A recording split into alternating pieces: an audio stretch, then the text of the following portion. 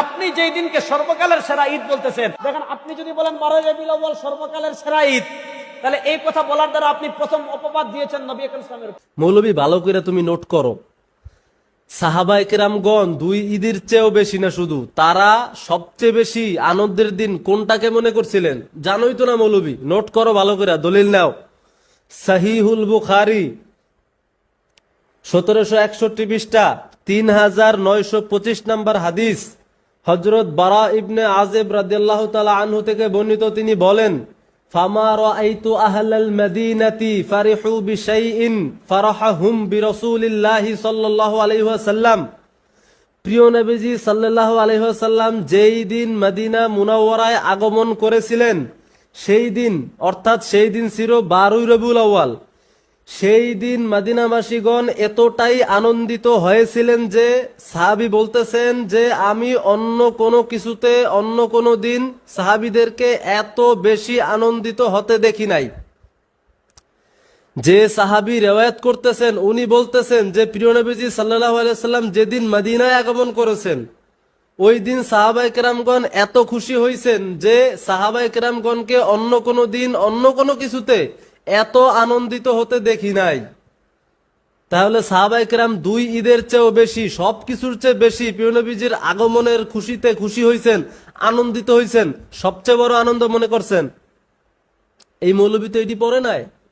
এই দলিল, এই যে সহিহ বুখারীর এই দলিলই তো বোঝা যায় যে 12 রবিউল আউয়াল, চিন্তা করেন যে মদিনায় আগমনের দিনটাও ছিল 12 রবিউল আউয়াল তারিখ, একই তারিখ ছিল। প্রিয় নবীজির মিলাদুন নবীর যে তারিখ, মদিনায় আগমনেরও সেই একই তারিখ। শুধু মদিনায় আগমনের কারণে সাহাবীগণ সেই দিনটিকে সবচেয়ে বড় আনন্দের দিন মনে করছে। তাহলে এই একই তারিখে 12 রবিউল আউয়ালে প্রিয় নবীজি সাল্লাল্লাহু আলাইহি সাল্লাম এই দুনিয়ায় তাশরীফ আনছেন। তাহলে নিঃসন্দেহে সবচেয়ে বড় সর্বশ্রেষ্ঠ আনন্দের দিন, ঈদের দিন 12 রবিউল আউয়াল, মিলাদুন নবীর দিন। এতে কোনো সন্দেহ নাই, বিন্দু পরিমাণ সন্দেহ নাই। ইন্নাল হামদুলিল্লাহ ওয়াসসালাতু ওয়াসসালামু আলা রাসূলিল্লাহ, আম্মা বাদ। বেদাতপন্থী আলেমগণ ঈদে মিলাদুন নবীর বেদাতের সপক্ষে যে সকল বেদাতি যুক্তি উপস্থাপন করে থাকেন তার মধ্যে এটা একটা দলিল বা যুক্তি। তারা মদিনাবাসী রাসূল সাল্লাল্লাহু আলাইহি ওয়াসাল্লামকে পেয়ে যে খুশি হয়েছিলেন সেই খুশির দ্বারা তারা দলিল দিয়ে থাকেন, অতএব রাসূল সাল্লাল্লাহু আলাইহি ওয়াসাল্লামের পৃথিবীতে আগমনের দিবস হচ্ছে সব ঈদের সেরা ঈদ। তো তাদের কোন জায়গার কথা তারা কোন জায়গায় লাগাচ্ছে? বাংলা ভাষাতে একটা কথা আছে যে কিসের সাথে কি, পান্তা ভাতে ঘি। বেদাতীদের সকল দলিলই এরকম। দলিল ঠিক আছে, সহিহ বুখারীর হাদিস সেটাও ঠিক আছে, কিন্তু সমস্যা হইল আপনার মাথায়। হাদিসেও সমস্যা নাই, দলিলেও সমস্যা নাই, সমস্যা হচ্ছে আপনার বুঝের ভিতর, আপনার ফাহামের ভিতর, আপনার গিলুর ভিতর হচ্ছে সমস্যা। এজন্যই আপনি এই সহিহ বুখারীর হাদিস থেকে 1400 বছর পর এমন এমন কথা বুঝেন যেটা 1400 বছরের ভিতরে আর কেউ বুঝেন নাই। এই দলিলকে বা এই সকল দলিলকে আমি বেদাতি দলিল এজন্যই বলি, যেমন ধরুন এই যে বুখারীর এই হাদিস দিয়ে এই বেচারা দলিল দিল, এই হাদিস থেকে কোনো ব্যাখ্যাকার কি এই কথা বুঝেছেন যে এই হাদিস দ্বারা ঈদে মিলাদুন নবী প্রমাণ হলো? কোনো সাহাবী কি এই হাদিস থেকে এটা বুঝেছেন? স্বয়ং বারা ইবনে আযিব রাদিয়াল্লাহু তাআলা আনহু, যার থেকে এই হাদিসটা বর্ণিত, তিনি কি এই হাদিস থেকে এই কথাটা বুঝেছেন যে অতএব রাসূল সাল্লাল্লাহু আলাইহি সাল্লামের জন্মদিন উপলক্ষে আমাদেরকে ঈদ পালন করতে হবে? বুঝেছেন? বুঝেন নাই। অতএব সর্বপ্রথম বেদাতীরাই এই হাদিস থেকে এই বেদাতকে বুঝছে, এজন্যই এটা হচ্ছে বেদাতি দলিল। হাদিস ঠিক আছে, কিন্তু দলিলটা যে আঙ্গিকে উপস্থাপন করা হচ্ছে এটা হচ্ছে বেদাতি পন্থা। তো আসুন আমরা আজকে দেখব যে এই হাদিস থেকে কি ঈদে মিলাদুন নবী প্রমাণিত হয় নাকি ঈদে মিলাদুন নবী রদ হয়, প্রত্যাখ্যাত হয়।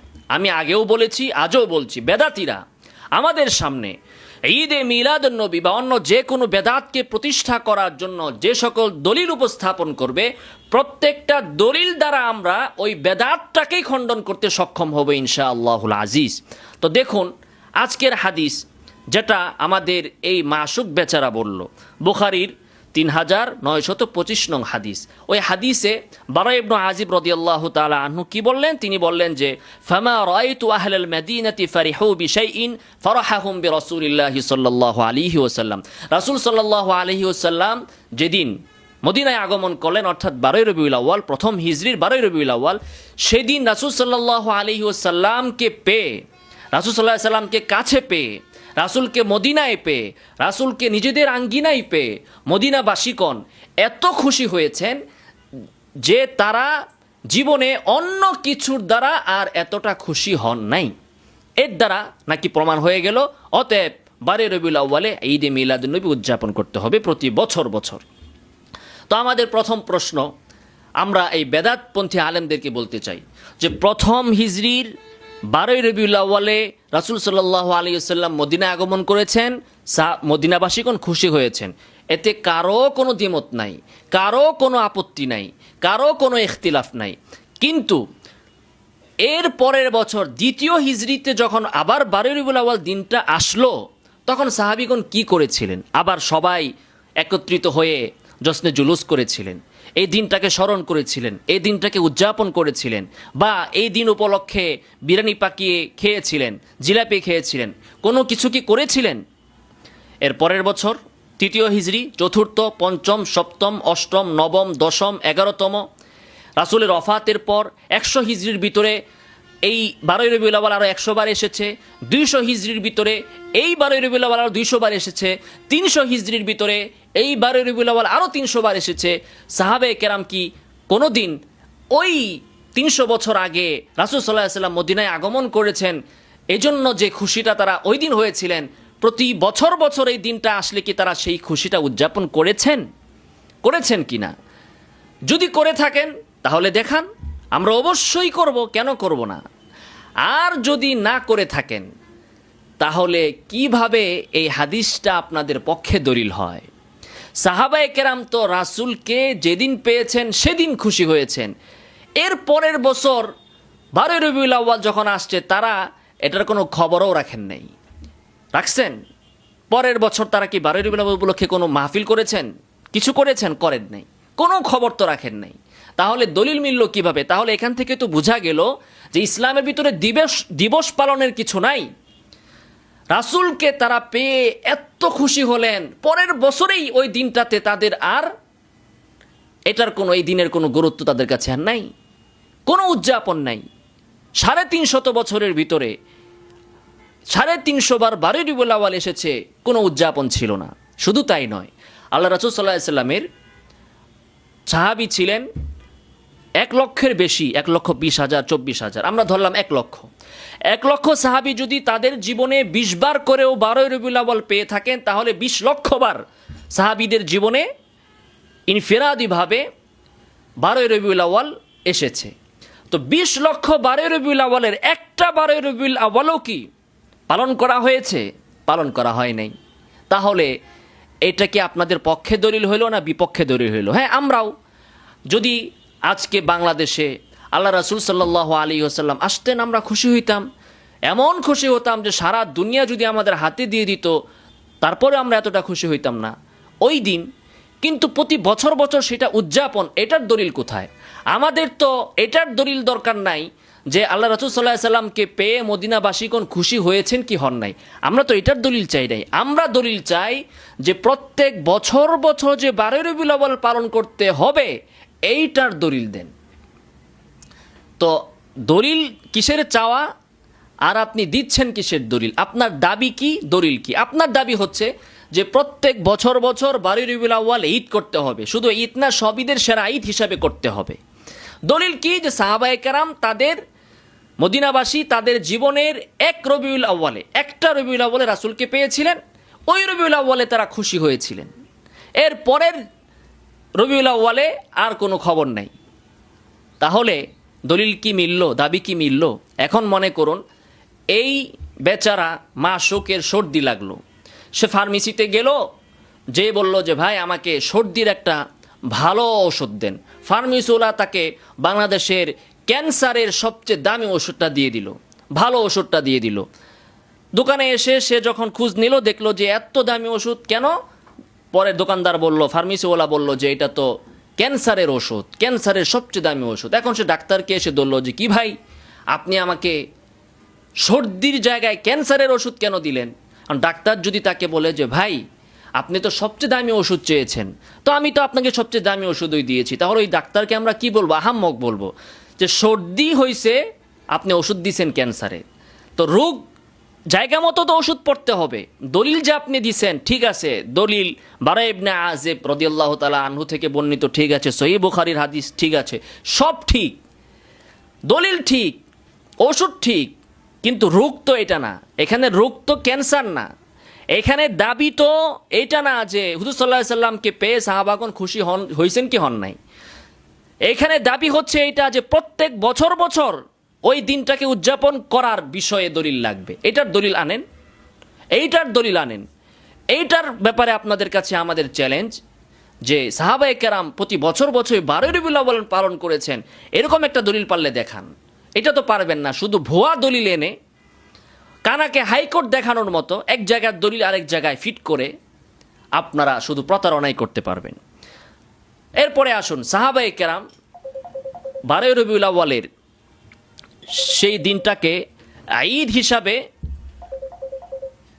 উদযাপন করেছিলেন কিনা, ওই দিনটাকে তারা ঈদ বলেছিলেন কিনা, 12 রবিউল আউয়ালের সেই দিনটাকে সাহাবায়ে কেরাম ঈদ বলেছিলেন কিনা। আপনারা খুশি শব্দ দেখলেই বলেন যে ঈদ। আল্লাহ তাআলা বলেছেন কোরআনে ফালইয়াফরাহু, তোমরা খুশি হও। আপনারা বলেন যে আল্লাহ খুশি হইতে বলছেন, আর ঈদ মানে খুশি, এই জন্য আমরা ওই দিনে ঈদ করি। এখানে সাহাবী বললেন ফারিহু, মদিনাবাসীগণ খুশি হয়েছেন, আর আপনারা বললেন যে খুশি মানে ঈদ, ঈদ মানে খুশি, অতএব আমরা এই দিনে ঈদ পালন করি। আচ্ছা, ঈদ মানে খুশি এই কথাটাও পরিপূর্ণভাবে সঠিক নয়, আংশিক সঠিক। ঈদ অর্থই খুশি না, আংশিক সঠিক। কিন্তু অপরদিকে খুশি মানে ঈদ, এই কথাটা সম্পূর্ণই গলত। পৃথিবীর কোনো একটা ডিকশনারি দেখাতে পারবেন না যেখানে লেখা আছে যে খুশি মানে ঈদ। বাংলা ডিকশনারি দেখেন, বাংলা একাডেমি অথবা দিল্লি থেকে কলকাতা থেকে প্রকাশিত বাংলা ডিকশনারি, অথবা ইংরেজি ডিকশনারি দেখেন, আরবি ডিকশনারি দেখেন, যে ফারিহ শব্দের অর্থ তারা লিখেছেন কিনা, যে ফারিহ মানে ঈদ উদযাপন করা, খুশি মানে ঈদ বাংলা ভাষা ডিকশনারিতে আছে কিনা। পৃথিবীর কোনো ডিকশনারিতে নাই যে খুশি হওয়া মানে ঈদ পালন করা। এটা শুধুমাত্র সুন্নি ডিকশনারিতে আছে, ভণ্ডদের ডিকশনারিতে আছে। খুশি মানে ঈদ না, ঈদ মানে খুশি মানলাম, কিন্তু খুশি মানে ঈদ না।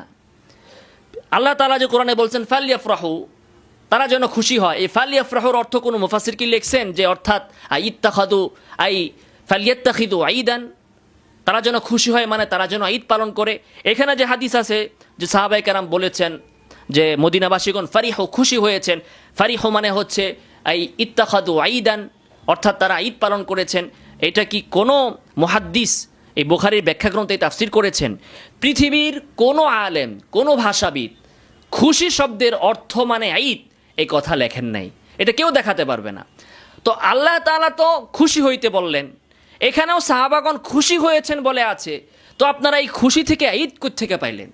আপনাদের মনে ফাল দিছে, খুশি দেখলেই টাইনা নিয়ে আসেন ঈদকে, মনে ফাল দিয়ে উঠছে, দেখছেন খুশি, বানাইছেন হলো ঈদ। সম্পূর্ণ ভুয়া অর্থ, ভাওতাবাজি অর্থ। পৃথিবীর কোনো ডিকশনারিতে খুশি অর্থ মানে ঈদ, খুশির মুরাদিফ ঈদ, খুশির সমর্থক অর্থ ঈদ এটা লেখা নাই। তো আল্লাহ তাআলা যদি বলতেন যে তোমরা ঈদ পালন করো, বা এখানে যদি বলা হইতো যে সাহাবায়ে কেরামগণ সেই দিনকে ঈদ পালন করেছেন, সেইটার ব্যাখ্যা আপনারা বলতে পারতেন অর্থাৎ খুশি হয়েছেন, অর্থাৎ খুশি হয়েছেন। যেমন ঈসা আলাইহিস সালাতু ওয়াস সালাম যে বলেছেন আনজিলা আলাইনা মাইয়াতাম মিনাস সামা তাকুনু লানা ঈদা, যে হে আল্লাহ আপনি আকাশ থেকে দস্তরখানা ভর্তি খাবার প্রেরণ করুন যেটা আমাদের জন্য ঈদ হবে। এই ঈদের তাফসীর মুফাসসিররা করেছেন যে অর্থাৎ এই দিনটা আমাদের জন্য খুশির দিন হবে। তো ঈদের তাফসীর খুশি দিয়ে করা যায়, কিন্তু খুশির তাফসীর ঈদ দিয়ে করা যায় না। পৃথিবীর কোনো ভাষাবিদ, কোনো মুফাসসির, কোনো মুহাদ্দিস খুশি শব্দের অর্থের তাফসীর বা ব্যাখ্যা বা অর্থ ঈদ দিয়ে করেন নাই, এটা কেউ দেখাতে পারবে না। এটা সম্পূর্ণই ভুয়া। খুশি শব্দের অর্থ ঈদ হলেই, ঈদ শব্দের অর্থ খুশি হইলেই খুশি শব্দের অর্থ যে ঈদ হবে, এটা আপনারা কই পাইলেন? এটা কোথায় পাইছেন আপনারা? এটা সম্পূর্ণ আপনাদের ভুয়া একটা কথা। যাই হোক, তো সাহাবায়ে কেরাম ঈদ শব্দটা জানতেন কিনা? না, জানতেন না। তারা আরব, তারা যদি ঈদ শব্দ জেনে থাকেন, তাহলে আপনি বাঙালি হয়ে কি তাদের থেকে ঈদ শব্দের প্রয়োগ বেশি জেনেছেন? তো কেন বারা ইবনে আজিব বলল যে ফারিহু, যে সাহাবায়ে কেরাম রাসূলকে নিজেদের কাছে পেয়ে খুব খুশি হলেন, কেন বললেন ফারিহু? কেন বললেন? বইলা দিতেন যে তারা ঈদ পালন করছিল। যদি খুশি আর ঈদ একই হয়, আপনি এটা বুঝেন যে খুশি আর ঈদ একই, অতএব রাসূল সাল্লাল্লাহু আলাইহি সাল্লামের জন্মদিনকে খুশি না বলে ঈদ বলতে হবে। যদি আপনি বুঝেন, তো বারা ইবনে আজিব আরবি মানুষ, সে বুঝে নাই, তিনি বুঝেন নাই, মদিনার সাহাবীগণ বুঝেন নাই, তারা তো আরব ছিলেন। ওই আরব থেকে আপনি বাংলাদেশে বসে বসে আরবি ভাষা বেশি বুঝে গিয়েছেন। যারা এই চাপাবাজি করে এদেরকে জিজ্ঞেস করবেন যে ঈদ ও মিলাদি নবী সাল্লাল্লাহু আলাইহি সাল্লাম, এই বাক্যটার তারকিব আপনি করেন, আপনি বাক্যের বিশ্লেষণটা আগে করেন। বিশ্লেষণই জানে না, সে আসছে যে খুশি মানেই ঈদ, ঈদ মানেই খুশি, এই চাপাবাজি নিয়ে। 3 নম্বর পয়েন্ট আমরা দেখি যে সাহাবায়ে কেরাম প্রথম হিজরির 12 রবিউল আউয়ালে খুশি হয়েছেন, অনেক খুশি হয়েছেন, যেটা তারা জিন্দেগিতে আর কোনো জিনিস দ্বারা হন নাই। তো তাদের খুশিটা আসলে কিসের জন্য ছিল? তাদের খুশিটা ছিল রাসূল সাল্লাল্লাহু আলাইহি ওয়াসাল্লামকে নিজেদের কাছে পাওয়ার জন্য। আপনি 1450 বছর পরে 12 রবিউল আউয়ালে খুশি হচ্ছেন, ঈদ করছেন কিসের জন্য? হুজুর সাল্লাল্লাহু আলাইহি সাল্লামের জন্মদিনকে উপলক্ষ করে। তো এই হাদিস থেকে যদি কোনো ঈদ প্রমাণ হয়, তাহলে তো সেই ঈদের নাম হবে বাবু কুদুম, ঈদু কুদুমিন নবী সাল্লাল্লাহু আলাইহি ওয়াসাল্লাম আল মদিনা। রাসূলুল্লাহ সাল্লাল্লাহু আলাইহি ওয়াসাল্লামের মদিনায় আগমন উপলক্ষে খুশি বা ঈদ। সাহাবায়ে কেরাম তো রাসূলের জন্মের খুশি হন নাই, তারা তার আগমনের জন্য খুশি হয়েছে। অথবা আপনারা বলতে পারেন ঈদু দুখুলিন নবী সাল্লাল্লাহু আলাইহি ওয়াসাল্লাম আল মদিনা, আল্লাহ রাসূল সাল্লাল্লাহু আলাইহি ওয়াসাল্লামের মদিনায় আগমন উপলক্ষে ঈদ, এটা আপনারা বলতে পারেন। কিন্তু মিলাদ উপলক্ষে ঈদ, এই হাদিস থেকে সেটা কিভাবে প্রমাণিত হলো? সাহাবায়ে কেরাম তো এই ঈদটা রাসূলের জন্ম উপলক্ষে করেন নাই। আপনাদের কথা অনুযায়ী বললাম, তারা তো আর ঈদ করেন নাই, খুশি হয়েছেন। তো সাহাবায়ে কেরামের এই খুশিটা তো রাসূলের জন্মের জন্য নয়, বরং রাসূলের মদিনায় আগমনের জন্য। তো আপনি খুশি হচ্ছেন তার জন্মের জন্য, তো আপনারটা তাদেরটা মিলল কিভাবে? এই যে সকল সাহাবীগণ, দেখেন এই হাদিসের ভিতরেই এসেছে যে সাহাবীগণ অর্থাৎ মদিনাবাসীগণ রাসূল সাল্লাল্লাহু আলাইহি ওয়াসাল্লামকে পেয়ে এতটা খুশি হয়েছেন, আর কোনো কিছুর দ্বারা তারা জীবনে আর এত খুশি হন নাই। তার মানে তারা রাসূলকে মদিনায় পেয়ে এতটা খুশি হয়েছেন, আর কিছুর দ্বারা হন নাই। রাসূলের জন্মের দ্বারাও তারা এত খুশি হন নাই। যদি আল্লাহ রাসূল সাল্লাল্লাহু আলাইহি ওয়াসাল্লামকে পেয়ে তারা সবচেয়ে বেশি খুশি হয়ে থাকেন, তাহলে রাসূলের জন্মের খুশিটা কি রাসূলকে নিজের কাছে পেয়ে খুশির চেয়ে বেশি ছিল না কম ছিল? যদি বলেন যে মদিনাবাসীগণ রাসূল সাল্লাল্লাহু আলাইহি ওয়াসাল্লামকে পেয়ে যতটা খুশি হয়েছেন, রাসূলের জন্মের খুশিটা তাদের কাছে এর চেয়ে বেশি ছিল, তাহলে বারা ইবনে আজিবের কথা তো ভুল হয়ে যায়। বারা ইবনে আজিব বলতেছেন যে ফামা রাআইতু আহলাল মাদিনাতি ফারিহু বিশাইইন ফারাহাহুম বিরাসূলিল্লাহি সাল্লাল্লাহু আলাইহি ওয়াসাল্লাম, যে মদিনাবাসীগণ রাসূলকে পেয়ে যে খুশি হয়েছেন, জীবনে আর কিছুতে এতটা খুশি হন নাই। আর আপনি যদি বলেন যে না হইছেন, তারা রাসূলের জন্মের জন্য এর থেকেও বেশি খুশি হয়েছেন, তাহলে তো বারা ইবনে আজিবের কথা ঠিক না, নাউযুবিল্লাহি মিন যালিক। আর যদি বলেন যে মদিনাবাসীগণ প্রথম হিজরির 12 রবিউল আউয়ালে মুহাম্মদ সাল্লাল্লাহু আলাইহি ওয়াসাল্লামকে নিজেদের মদিনায় পেয়ে যতটা খুশি হয়েছেন, রাসূলের জন্মের খুশি তাদের কাছে এর চেয়ে কম ছিল, তাহলে আপনি কিভাবে বলেন যে রাসূলের জন্মের দিনটা সব ঈদের সেরা ঈদ? সাহাবায়ে কেরামের জন্য তো সেরা ঈদ ছিল ওই প্রথম হিজরির 12 রবিউল আউয়াল রাসূলকে পাওয়া উপলক্ষে, তার জন্মকে উপলক্ষে নয়। রাসূল সাল্লাল্লাহু আলাইহি ওয়াসাল্লাম প্রথম হিজরির 12 রবিউল আউয়ালের 53 বছর আগে জন্মগ্রহণ করেছেন। তো সাহাবায়ে কেরাম মদিনাবাসীগণ 12 রবিউল আউয়ালের প্রথম হিজরির 12 রবিউল আউয়ালে যে খুশি হয়েছেন, এর 1 বছর আগের 12 রবিউল আউয়ালে ওই খুশিটা হন নাই, 53 বছরের ভিতরে কোনোদিন হন নাই। তার মানে বোঝা গেল কি রাসূলের জন্মের খুশি তারা উদযাপন করেন নাই। করলে তো তারা শুধু ওই দিন করতেন না, ওই প্রথম হিজরির আগে যখন 12 রবিউল আউয়াল ছিল সেটাতেও করতেন। ইসলাম আসার পরে আরও 13টা তো 12 রবিউল আউয়াল ছিল মদিনাবাসীর জন্য, সেগুলো তো তারা পালন করেন নাই। অতএব বোঝা গেল এখানে হুজুর সাল্লাল্লাহু আলাইহি ওয়াসাল্লামকে পেয়ে, নিজেদের কাছে পেয়ে যে খুশিটা হয়েছেন, ওই খুশিটাই সাহাবায়ে কেরামের জন্য সবচেয়ে বড় পাওয়া, সবচেয়ে বেশি খুশি। নিঃসন্দেহে আমরা যদি রাসূলুল্লাহ সাল্লাল্লাহু আলাইহি ওয়াসাল্লামকে বাংলাদেশে পেতাম, তাহলে আমরাও এত খুশি হইতাম যে আমাদের এক হাতে চন্দ্র আর এক হাতে সূর্য দিলেও আমরা এত খুশি হইতাম না। আল্লাহ রাসূলকে নিজেদের এলাকায় পাওয়ার চেয়ে বেশি খুশি আর কি হতে পারে? এর চেয়ে বেশি খুশি তো আর কোনো কিছু হতে পারে না। তো এইটাই সাহাবায়ে কেরাম হয়েছেন ওই দিনটাতে, কিন্তু পরে তো আর প্রতি দিবসে দিবসে, বছরে বছরে সেটা উদযাপন করেন নাই। এক। 2 নম্বর কথা হচ্ছে, প্রথম হিজরির 12 রবিউল আউয়ালে এত খুশি হয়েছেন কারা? বারা ইবনে আজিব বলতেছেন আহলে মদিনা, মদিনাবাসীরা। শুধু মদিনাবাসীরা খুশি হয়েছেন, কারণ যে রাসূল সাল্লাল্লাহু আলাইহি ওয়াসাল্লাম মদিনায় এসেছেন, এজন্য মদিনাবাসী খুশি। মক্কাবাসী খুশি হয়েছেন না, রাসূল নিজে খুশি না। তো আপনি কেন খুশি হন? রাসূল ঢুকছেন মদিনায়, প্রবেশ করেছেন মদিনায়, এজন্য মদিনাবাসীরা খুশি, মক্কাবাসীরা বেজার। আপনি বাংলাদেশে বসে 12 রবিউল আউয়ালে কি উপলক্ষে খুশি হন? রাসূল কি বাংলাদেশে এসেছেন? রাসূল গেছেন মদিনায়, আপনি খুশি হন বাংলাদেশে বসে বসে। এটা ভণ্ডামি ছাড়া আর কিছু। দেখুন, 12 রবিউল আউয়াল যেদিন রাসূল সাল্লাল্লাহু আলাইহি ওয়াসাল্লাম মদিনায় প্রবেশ করলেন, মদিনাবাসী সেদিন খুশি হলেন, কিন্তু মক্কাবাসীর জন্য প্রথম হিজরির 12 রবিউল আউয়াল হচ্ছে সবচেয়ে কষ্টের দিন। কারণ মক্কার প্রতিটি মুসলিম, তাদের মনের মধ্যে সেদিন ব্যথা ছিল যে হায়, আমাদের এলাকায়, আমাদের শহরে আল্লাহ নবী প্রেরণ করলেন, কিন্তু আমরা সেই নবীকে রাখতে পারলাম না। মক্কার কাফেরদের কারণে নবীর মক্কা ছেড়ে মদিনায় চলে যেতে হলো। এর চেয়ে বেশি কষ্টের আর কি হতে পারে? আজকে যদি মুহাম্মদ রাসূলুল্লাহ সাল্লাল্লাহু আলাইহি ওয়াসাল্লাম বাংলাদেশে আসতেন, আর আমরা যদি তাকে নিরাপত্তা দিয়ে না রাখতে পারতাম, তাহলে এর চেয়ে বড় ব্যর্থতা, এর চেয়ে বড় আফসোস, এর চেয়ে বড় ব্যথা আমাদের জন্য আর কিছু থাকতে পারে? নিশ্চয়ই এটা মক্কাবাসীর জন্য ব্যর্থতার জন্য দায়ী আবু জেহেল, আবু লাহাব, উতবা, শাইবা, কাফেররা। কারণ মুসলমানের সংখ্যা সেদিন কম ছিল, কাফের বেশি ছিল। ওদের কারণে রাসূল সাল্লাল্লাহু আলাইহি ওয়াসাল্লামের হিজরত করতে হয়েছে। তো মদিনাবাসী খুশি, মক্কাবাসী তো খুশি না। তো তোমরা কেন খুশি বাংলাদেশের সুন্নি? দেখুন, এর পরের হাদিসে এর দলিল 3926 নং হাদিস। মদিনায় হিজরত করে সাহাবায়ে কেরাম এই কারণে যে নিজেদের মধ্যে ব্যথা অনুভব করেছেন, পরের হাদিসের দলিল। রাসূলুল্লাহ সাল্লাল্লাহু আলাইহি ওয়াসাল্লামের সাথে যারা হিজরত করে মদিনায় গিয়েছেন, আবু বকর রাদিয়াল্লাহু তাআলা আনহু এবং আরও যে সকল সাহাবী কেরাম সেখানে গিয়েছেন, বেলাল রাদিয়াল্লাহু তাআলা আনহু। তো মদিনায় যাওয়ার পরে ওনাদের জ্বর আসলো, আবু বকর, বেলাল রাদিয়াল্লাহু তাআলা আনহুমা। তো আবু বকর রাদিয়াল্লাহু তাআলা আনহু যখনই জ্বর আসতো, তিনি এই শেরটা পড়তেন, কুল্লু মরিইন মুসাব্বাহুন ফি আহলিহি, যে প্রত্যেকটা মানুষ তার পরিবারের কাছে ভালো থাকে। ওনার পরিবার মক্কায়, ওনার গোত্র মক্কায়, ওনার বংশ মক্কায়, উনি এসে পড়েছেন মদিনায়, মনের ব্যথা, এই ব্যথা থেকে তিনি বলতেছেন যে প্রত্যেকটা মানুষ তার পরিবারের কাছে ভালো থাকে, তার গোষ্ঠীর কাছে ভালো থাকে। আমি তো আমার এলাকা ছেড়ে, গোষ্ঠী ছেড়ে আমি মদিনায় চলে এসেছি, আমি ভালো নাই।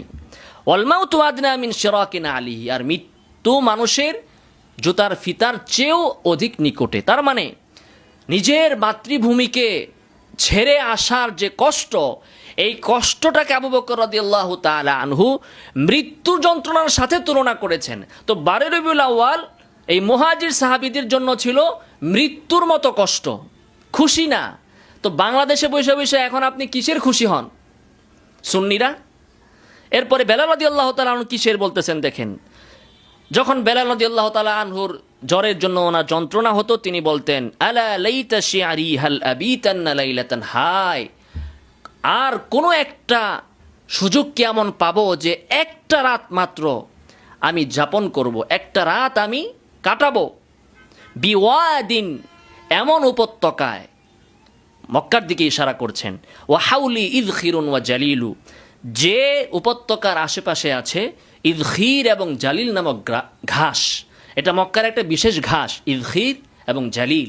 তো বেলাল রাদিয়াল্লাহু তাআলা আনহু মক্কার সেই স্মৃতিকে স্মরণ করে যখনই জ্বর আসতো বলতেন যে হায়, আর একটা রাতকে আমি এমন পাবো যে রাত্রে আমি আবার মক্কায় যেতে পারবো এবং মক্কায় আমি কাটাতে পারবো। তো নিজের মাতৃভূমির জন্য কতটা বেকুল তারা, কতটা কষ্ট তারা। তো মদিনাবাসী খুশি, তারা নবীকে পেয়েছেন, আর মুহাজির সাহাবীরা ব্যথা যে হায় আমাদের শহরে আমরা নবীকে রাখতে পারলাম না, আমরা নিজেরাও থাকতে পারলাম না, আমরা সব ছেড়ে মদিনায় আমাদেরকে আসতে হলো। রাসূল নিজেও ব্যথা। রাসূল যখন মদিনায় আসতেছিলেন, মক্কা থেকে যখন বের হচ্ছিলেন, বারবার বাইতুল্লাহর দিকে তাকাচ্ছিলেন, আর বলতেছিলেন যে আমার এই এলাকাবাসী শহরবাসী যদি আমাকে বাধ্য না করত, তাহলে হে বাইতুল্লাহ আমি তোমাকে ছেড়ে কখনো যেতাম না। রাসূল কি যাইতেন কখনো মদিনায়? তো নিজের মাতৃভূমি, নিজের বাবার কবর যে দেশে, নিজের আত্মীয় স্বজন যে দেশে, আল্লাহর ঘর যে দেশে, এই সব ছেড়ে নবী মদিনায় এসেছেন খুশিতে খুশিতে না কষ্টে কষ্টে। তো 12 রবিউল আউয়াল মদিনাবাসী নবীকে পেয়ে খুশি, নবী নিজে বেজার, মক্কাবাসীগণ বেজার, মুহাজির সাহাবীগণ বেজার। তো বাংলাদেশের সুন্নিরা তোমরা কিসের জন্য খুশি? তোমরা কি পাইছো? তোমরা কোন দিকে? তোমরা কি নবীর পাল্লায় পড়ছো না মদিনাবাসীর পাল্লায় পড়ছো? মদিনাবাসীর পাল্লায় তো তোমরা নাই, কারণ নবী তো বাংলাদেশে আসে নাই। তাহলে নবীর ব্যথায় কেন ব্যথিত হও না 12 রবিউল আউয়ালে? নবী ওই দিন মারা গেলেন, নবী ওই দিন হিজরত করলেন, নিজের দেশ ছেড়ে দিলেন, ওই দিন তোমাদের এত খুশি কেন ভাই? যেদিন কাফেরা নবীকে তার এলাকা থেকে বের করে দিল, ওই দিন তোমরা এত খুশি কেন? এরপরে দেখুন আল্লাহ রাসূল সাল্লাল্লাহু আলাইহি ওয়াসাল্লাম যখন হযরত আয়েশা এই ঘটনা নবীকে বললেন যে ইয়া রাসূলুল্লাহ সাল্লাল্লাহু আলাইহি ওয়াসাল্লাম, বেলাল এবং আবু বকর রাদিয়াল্লাহু তাআলা আনহুমা তারা এরকম জ্বর আসছে, আর জ্বরের কারণে তারা এই মক্কার কথা স্মরণ করতেছেন। আল্লাহ রাসূল সাল্লাল্লাহু আলাইহি ওয়াসাল্লাম তখন এই দোয়া করলেন, আল্লাহুম্মা হাব্বিব ইলাইনাল মাদিনা, হে আল্লাহ এদের কাছে মদিনা ভালো লাগতেছে না, আমাদের কাছে মক্কা আমাদের মাতৃভূমি সেটা আমাদের কাছে ভালো লাগে, মদিনা আমাদের কাছে ভালো লাগে না, হে আল্লাহ আপনি ভালো লাগিয়ে দিন, হাব্বিব ইলাইনাল মাদিনা, আমাদের কাছে মদিনাকে প্রিয় বানিয়ে দিন। এখনো পর্যন্ত প্রিয় হয় নাই, এই জন্য সাহাবাদের জ্বর আসতেছে, মন খারাপ, মনে ব্যথা। তো আল্লাহ রাসূল সাল্লাল্লাহু আলাইহি ওয়াসাল্লাম দোয়া করলেন যে মদিনাকে আমাদের কাছে প্রিয় বানান, কাহুব্বিনা মক্কা আও আসাদ, যেমন মক্কা আমাদের প্রিয় অথবা মক্কার চেয়েও বেশি প্রিয় বানিয়ে দিন।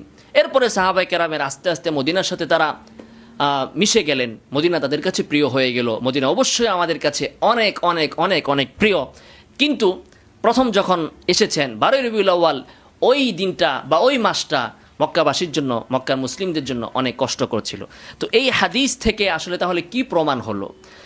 প্রমাণ হলো এটাই যে সাহাবায়ে কেরাম মদিনাবাসীগণ 12 রবিউল আউয়ালে যে খুশি হয়েছেন, শুধু প্রথম হিজরির ওই 12 রবিউল আউয়ালেই হয়েছেন।